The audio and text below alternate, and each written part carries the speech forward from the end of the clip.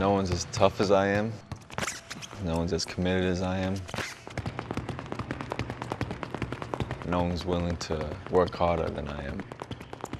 Kyle McAlarney is pursuing a dream that many of the white kids he grew up with on Staten Island have long abandoned. The dream of playing in the NBA. Play hard on both ends of the court, tough as nails, and knock down any open shot. Look at the length of this one, Sean. Oh! McAlarney was first-team All-Big East as a junior at Notre Dame. As a senior, he led the Big East in three-pointers. A 5'11" point guard with a quick release and uncanny touch from beyond the arc. Last November, McAlarney torched top-ranked North Carolina for 39 points, draining 10 threes, a Notre Dame record. I think if you call somebody up who had never seen me play and you gave him my stat sheet and said I was a point guard and everything, I think he would sign me right away if he didn't know my color. On draft day, all 30 NBA teams passed on McAlarney. Still, he strives to join a group that's never been smaller: white American NBA players. According to data compiled by Outside the Lines, almost 72% of NBA players are African American. More than 18% are international players, and just under 10% are white Americans, an historic low. And white American players are less visible and arguably less prominent than at any time in the league's 63-year history. Consider that there has not been a white American NBA All-Star since Brad Miller in 2004. No white American has been selected to start an All-Star game since John Stockton in 1997. In 1986, both Larry Bird and Kiki Vandeweghe were among the league's top 5 scorers. Last season, only 2 white Americans, the Knicks' David Lee and the Pacers' Troy Murphy, finished among the top 100. Who is the best U.S.-born white player in the NBA right now? Gosh, I didn't know we even had any. You'd have to help me with that one. I'm serious. You'd have to help me. Hall of Famer Jerry West averaged 27 points per game over a 14-year career in the 60s and early 70s. He was an all-star in every one of those seasons. Now, West can't name a single white American player he'd pay to see, and can't recall many he drafted during his time running the Lakers and later the Memphis Grizzlies.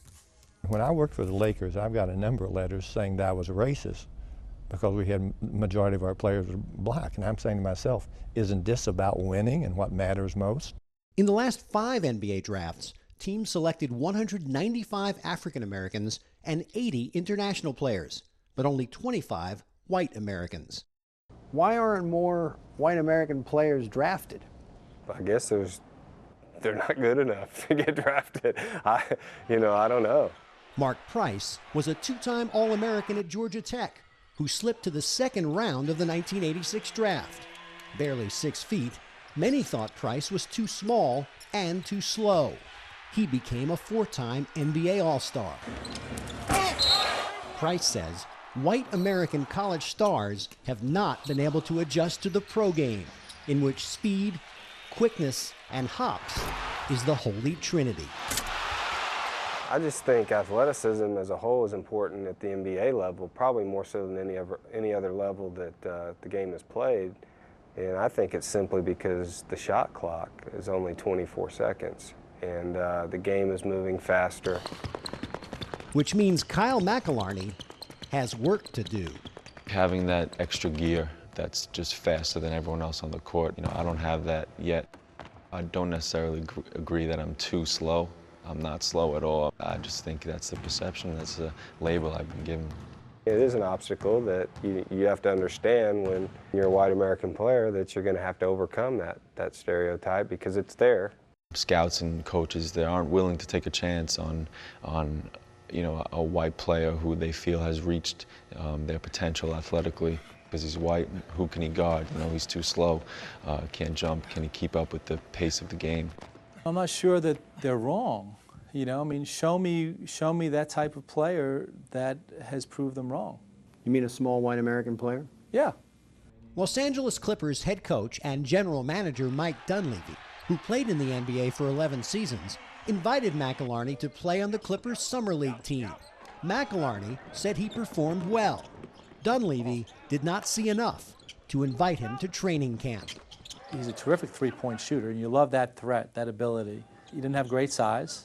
He doesn't have great athleticism. It made it hard for him to guard people and get around people. It all comes down to, again, the key point.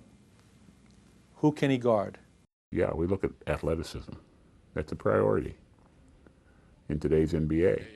Hall of Famer Wayne Embry has spent the last 4 decades in NBA front offices. A 5-time All-Star player in the early 60s, Embry is now an executive with the Toronto Raptors. How much of a stigma is that for the white American player, that he doesn't have what it takes to defend in today's NBA? I think that's big. I think that's huge. Would you say that white American players are sometimes considered suspect defensively? Well, I would say that that's a stigma that they have to overcome. A look at the league's all-defensive teams illustrates West's point. 123 players have been selected over the past dozen years. Kirk Hinrich is the only white American. They went to the zone, a 1-2-2 zone. Wayne Embry says that one reason the zone defense was implemented by the league in 2001 was to address the perception that many white American players are poor defenders. That's why we now are allowed to play zone defenses, to help compensate for the player that may be a little deficient with speed, quicknesses, or whatever it is, the ability to guard somebody. In response to Embry's suggestion that the zone came about to provide more opportunities for white Americans, NBA Executive Vice President of Basketball Operations Stu Jackson told Outside the Lines he never once heard race mentioned in discussions about the zone defense. The objective is to find players with game, regardless of what country they come from or what race. Do you think that the NBA should have no thought or interest in what the number of white American players is?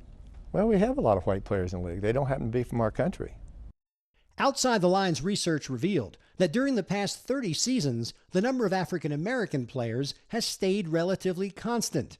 However, the number of white Americans has steadily dropped, and it was international players who filled the void. Now, there are almost twice as many foreign players as there are white Americans. I think it tells you about work ethic. I think it tells you about dedication. I think about when you start, who's teaching you. And why would the international players have more dedication than the American white player? They identified these kids at a very early age. And what happens is they end up going to schools. They practice basketball in the morning, they practice in the afternoon. In the morning they practice on skills, afternoon they practice team thing. While the best young international players often turn pro in their mid-teens, their American counterparts face NCAA rules, which restrict how often they can practice and how much time they can spend with coaches. Are the international players generally more athletic than the white Americans? I wouldn't say that, no. So what's their edge over the white American players? Work. They focus on fundamentals. What are the white Americans focusing on? Good question. Good question. Wearing number 12, Kyle McIlharney. Kyle McIlharney's focus remains the same. Now, toiling in the NBA Development League for the Fort Wayne Mad Ants, he is trying to defy demographics, to make it to the NBA, and to keep a vanishing breed from disappearing altogether.